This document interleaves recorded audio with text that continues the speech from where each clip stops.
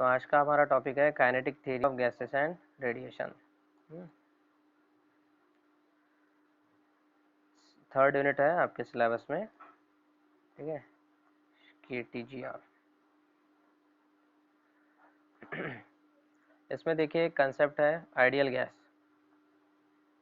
Ideal gas जो कि आपका 11th में भी हो चुका है। कल भी बताया था मैंने, कल इसका इक्वेशन बताया था, ideal gas equation. Ideal gas equation, ये इक्वेशन क्या है? PV is equal to NRT। PV is equal to NRT, this is the ideal gas equation. और इस इक्वेशन को जो भी gas all temperatures and pressure पे, सारे के सारे टेम्परेचर पे और प्रेशर पे ये फॉलो करता है, या फिर ये वहाँ पे ट्रूली हम अप्लाई कर सकते हैं, उस गैस को कह सकते, उस गैस को कहा जाता है ideal gas. which obeys this ideal gas equation at all temperatures and pressures is called as ideal gas। okay? ये एक कंसेप्ट है इसमें। इसके बाद kinetic theory of gases and radiation जो है, इसके कुछ एजम्पशंस है। इसके कुछ एजम्पशंस है जो कि यूनिट के स्टार्टिंग में आपको दिया है। तो सबसे पहला इसमें नेचर ऑफ गैस मॉलिक्यूल्स। सबसे पहला एक एजम्पशन है नेचर ऑफ गैस मॉलिक्यूल्स। तो उसमें क्या है, सबसे पहला एजम्पशन है इसमें कि गैस जो होता है वो कंसिस्ट होता है with the large number of tiny particles. कोई भी गैस हो, कोई भी गैस हो, वो किससे कंसिस्ट होता है? With the large number of tiny particles. और इन्हीं पार्टिकल्स को क्या कहा जाता है? मॉलिक्यूल्स। ठीक है, तो गैस के अंदर हजारों लाखों करोड़ों पार्टिकल्स होते हैं छोटे छोटे, उसको कहा जाता है मॉलिक्यूल्स। मीन्स बहुत ज़्यादा मॉलिक्यूल से ये गैस पूरी तरह से कंसिस्ट होता है। सेकेंड है, इसमें जो मॉलिक्यूल्स होते हैं वो रिजिड होते हैं। ठीक है, रिजिड भी होते हैं और साथ साथ इलास्टिक भी होते हैं और स्फेरिकल फॉर्मेट में होते हैं। ये तीन चीज़ें ध्यान में रखिए। एजम्पशंस है, ये सारे के सारे एजम्पशंस है कि कोई भी थ्योरी डिराइव करने के पहले कुछ एजम्पशंस होते हैं, उसी तरह का ये एक एजम्पशन है। उसके बाद ये जो होते हैं इनके मतलब गैस के अंदर जितने भी मॉलिक्यूल्स है उन सब का शेप जो रहेगा वो रहेगा आइडेंटिकल। उन सभी का शेप आइडेंटिकल रहेगा। आइडेंटिकल का मीनिंग क्या है? सब सेम रहेंगे। उनकी रेडियस, उनका डायमीटर जो भी है, डायमीटर, वो सब सेम रहने वाला है। सारे के सारे स्फेरिकल फॉर्मेट में तो रहेंगे ही रहेंगे, स्फेरिकल शेप में, साथ साथ उनका शेप जो रहेगा वो आइडियल रहने वाला है। उनकी साइज, मास, उनका साइज और उनका मास भी सेम रहेगा। नेक्स्ट, इसके बाद एक चौथा अजम्पशन है इसमें कि किसी कंटेनर के अंदर अगर हमने गैस भर दिया, किसी कंटेनर के अंदर कंटेंट है गैस, तो जो उसका एक्चुअल वॉल्यूम होता है, उसने जितना एक्चुअल, इस गैस का जितना एक्चुअल वॉल्यूम होता है वो कंपेयर अगर करेंगे उसके ऑक्यूपाइड वॉल्यूम से, तो वो बहुत ज़्यादा कम होता है, इट इज़ वेरी लो। अभी इसका मीनिंग क्या है? देखो, इसके अंदर समझो ये इतने पार्टिकल्स हैं, इतने इसके मॉलिक्यूल्स हैं।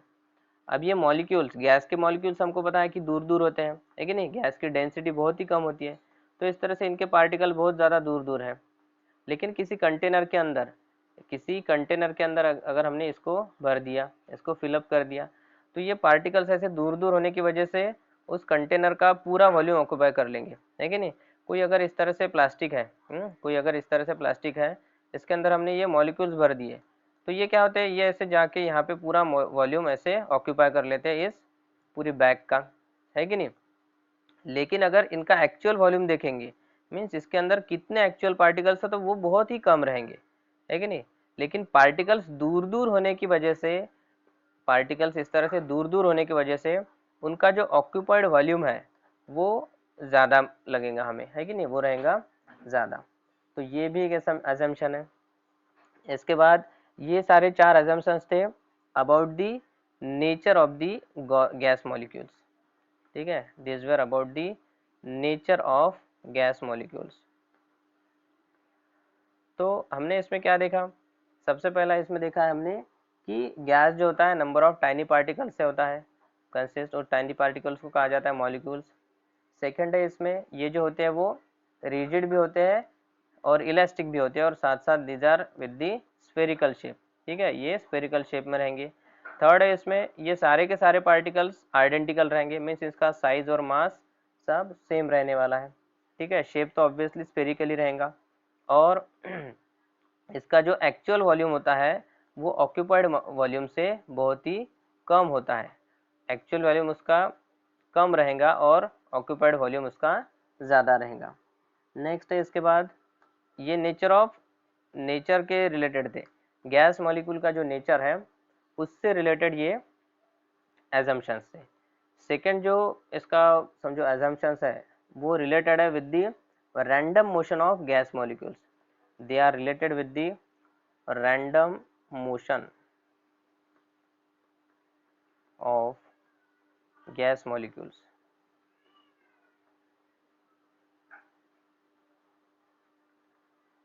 ठीक है तो इसमें सबसे पहला अजम्पशन है कि जो गैस के मॉलिक्यूल्स होते हैं वो कंटिन्यूसली रैंडम मोशन परफॉर्म करते ही रहते हैं, ठीक है, they are continuously performing random motion.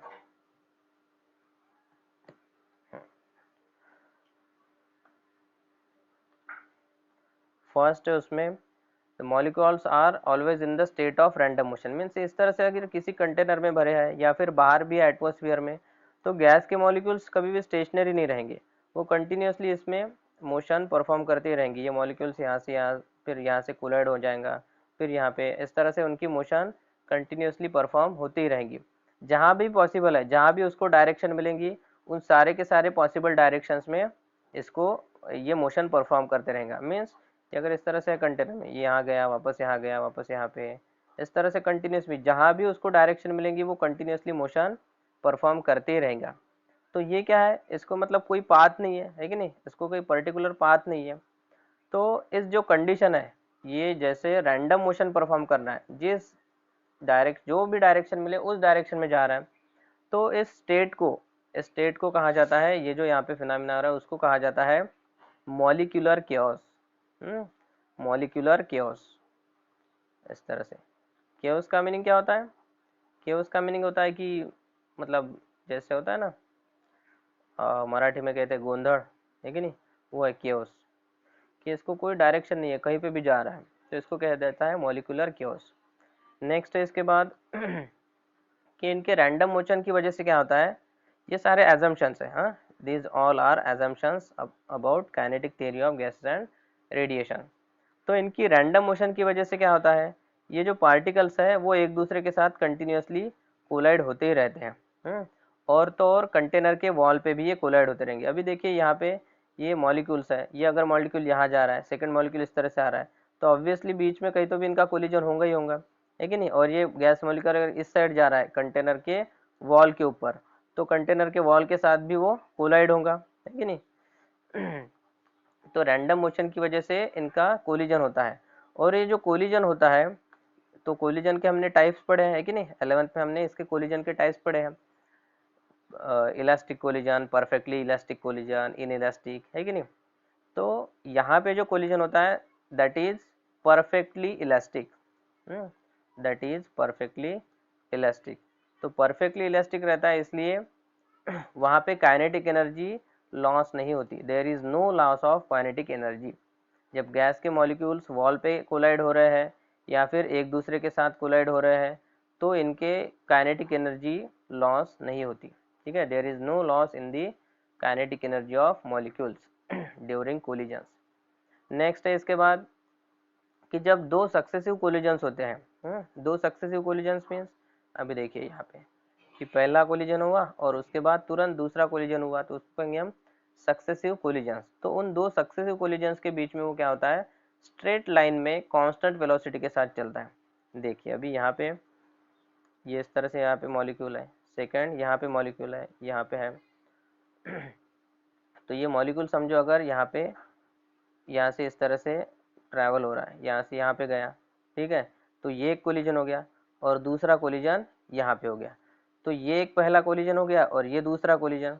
उसके बाद हो सकता है ये इधर जाए, लेकिन यहाँ से ट्रैवल करने के बाद ये इस वॉल पे गया, और यहाँ पे एक दूसरा मॉलिक्यूल था ऑलरेडी, तो ये मॉलिक्यूल यहाँ पे आने के बाद इसके साथ कोलाइड होगा, कोलाइड होने के बाद इस साइड में जाएगा। कैरम खेलते हैं ना आप, कैरम, उसी तरह से है कि नहीं। तो ये दो सक्सेसिव कोलिजन्स के बीच में ये क्या कर रहा है, स्ट्रेट पाथ को फॉलो कर रहा है, में सीधा जा रहा है। पहला कोलिजन और यहाँ पे सेकंड कोलिजन, इनके बीच में क्या कर रहा है, स्ट्रेट लाइन या स्ट्रेट पाथ को फॉलो कर रहा है। और जब ये इस तरह से स्ट्रेट लाइन से जा रहा है दो सक्सेसिव कोलिजन्स के बीच में, तो इनकी वेलोसिटी जो है वो कांस्टेंट रहती है। इस मॉलिक्यूल की ये पहले कोलिजन और दूसरा कोलिजन, इनके बीच में वेलोसिटी क्या रहेंगी, कांस्टेंट रहेंगी।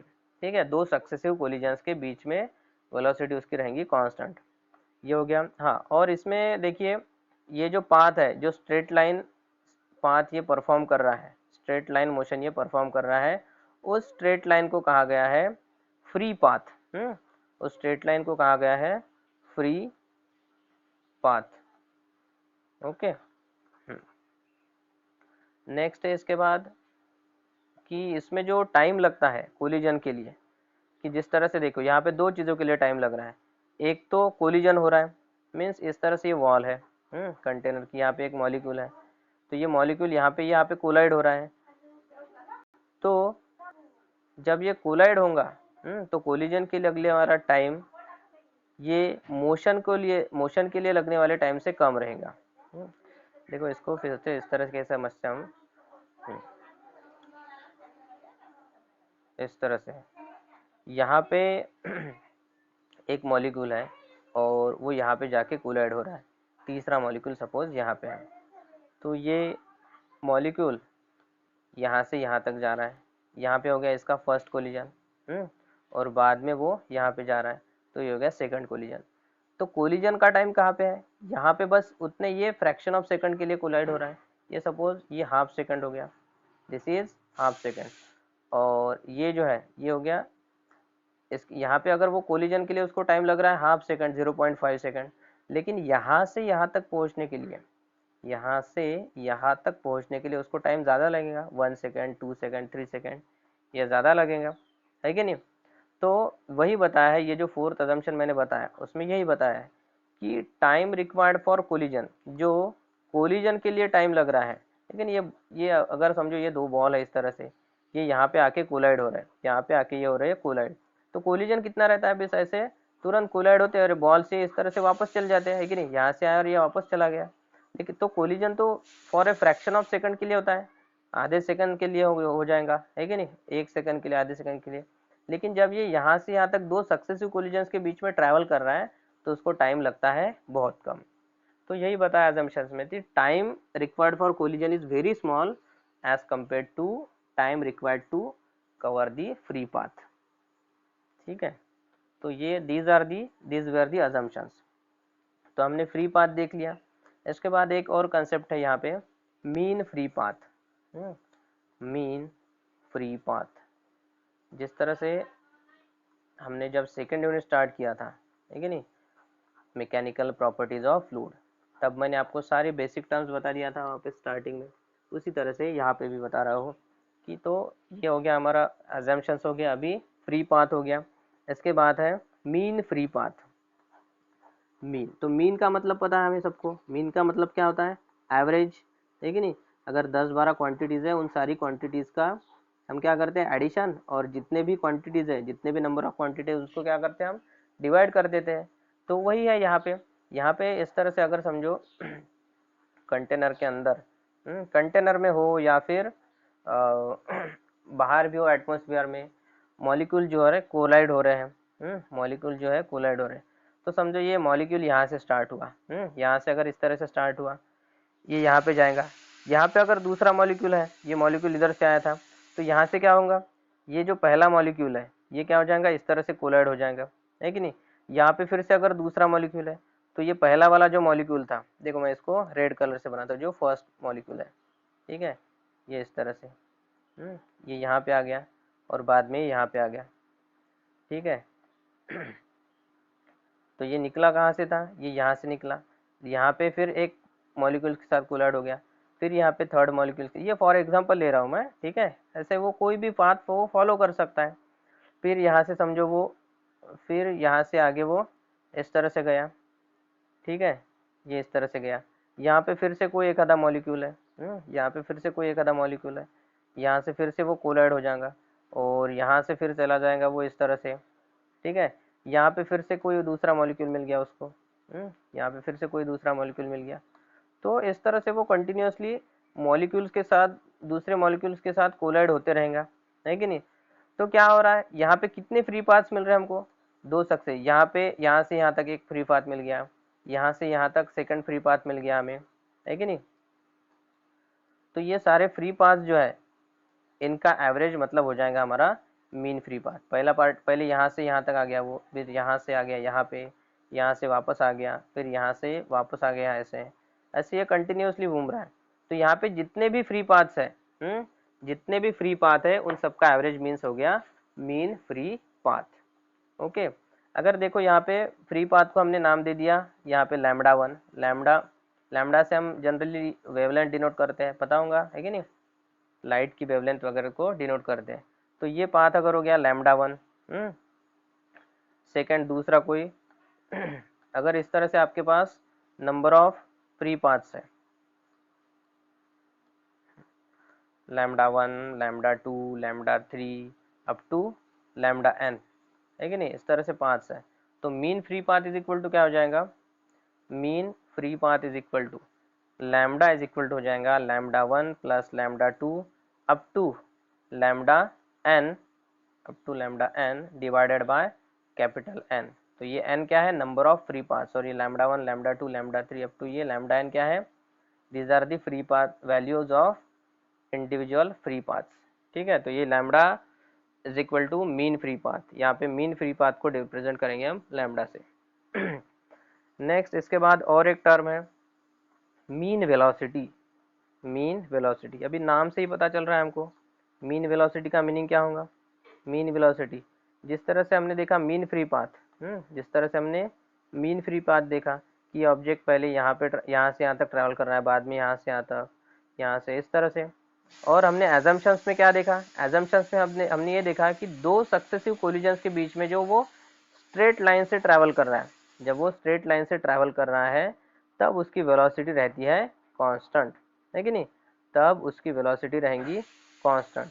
तो यहाँ पे वेलोसिटी हमको अगर मिल गई, समझो यहाँ पे v1 मिल गई, यहाँ पे v2, यहाँ पे v3, ठीक है। Through out the motion constant नहीं रहेंगी, ये ऑब्जेक्ट अगर इस तरह से ट्रैवल कर रहा है, ऐसा इस तरह से इस तरह से इस तरह जा रहा है, तो थ्रू आउट कांस्टेंट नहीं रहने वाली, ये थ्रू आउट कांस्टेंट नहीं रहने वाली।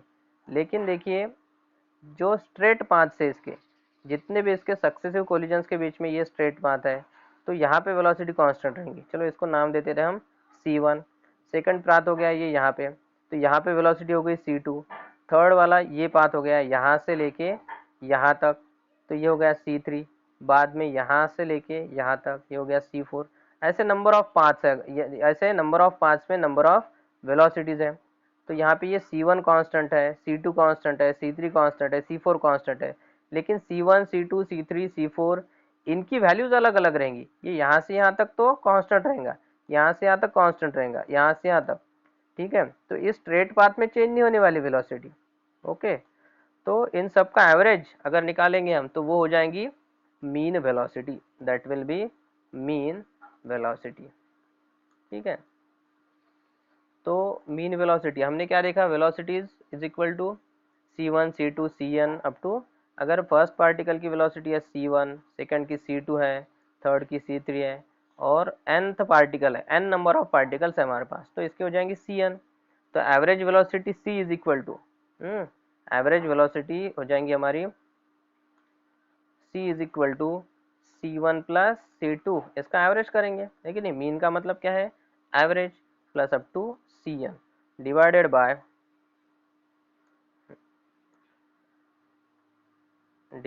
हो जाएगा ये n। ओके, समझ रहा है ये सभी को। नेक्स्ट इसके बाद है एक mean square velocity, mean square velocity. Okay,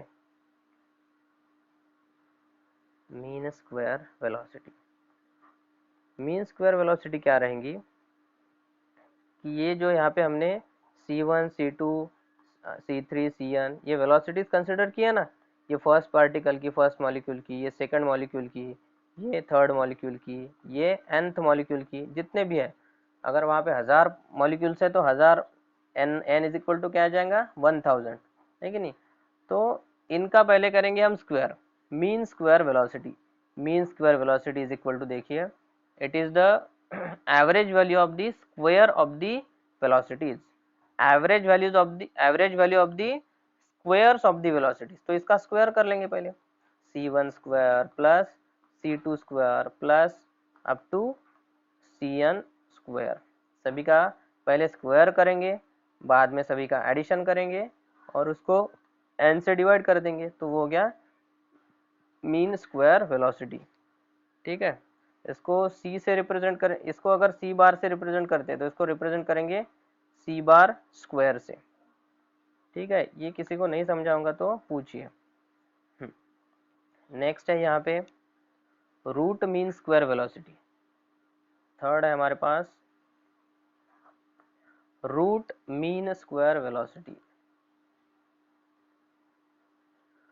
root mean square velocity, root mean square velocity. ठीक है, तो रूट मीन स्क्वायर वेलोसिटी कुछ नहीं है, या इसके पहले हमने जो मीन स्क्वायर वेलोसिटी की थी ना, इसके पहले जो हमने किया था मीन स्क्वायर वेलोसिटी, है कि नहीं। तो ये हो गई मीन स्क्वायर वेलोसिटी, हमें निकालना है अभी रूट मीन स्क्वायर वेलोसिटी। तो ये जो मीन स्क्वायर वेलोसिटी है उसी का कर देंगे हम रूट। ठीक है, ये जो मीन स्क्वायर वेलोसिटी है उसी का रूट कर देंगे, तो हमें मिल जाएंगी मीन स्क्वायर वेलोसिटी। देखो पहले वेलोसिटीज क्या थी, पहले c इज इक्वल टू था c1 plus c2 plus up to cn divided by n। बाद में क्या किया हमने, c1 square plus c2 square plus up to cn square, है कि नहीं, इस तरह से डिवाइड बाय n किया। अभी क्या कर रहे हैं हम, अभी इनका कर रहे हैं हम इस c बार का, हम क्या कर रहे हैं c बार स्क्वायर का रूट कर रहे हैं। ठीक है, और इसको डिनोट किया जाता है c RMS से। ठीक है, c RMS is equal to means root mean square velocity, RMS root mean square velocity. तो इसका फॉर्मूला क्या रहेगा, under root c bar square is equal to c bar is equal to क्या है हमारे पास, c bar square is equal to क्या है हमारे पास, c1 square plus c2 square plus up to cn square divided by n। ठीक है, तो ये फॉर्मूला है CRMS का। ये सारे लिख लिया आपने, लिखे नहीं होंगे तो बताइए, इसके मैं आपको बताता हूँ, बाकी के स्लाइड्स आपने स्क्रीनशॉट कर लेना। ठीक है, लिख ले होंगे तो अच्छी बात है। हाँ, तो ये सारे बेसिक कंसेप्ट हो गए। इसके बाद हमारे पास एक डेरिवेशन है, derivation for the pressure of ideal gas. Derivation for the pressure of ideal gas, वो डेरिवेशन देखेंगे एक छोटा सा।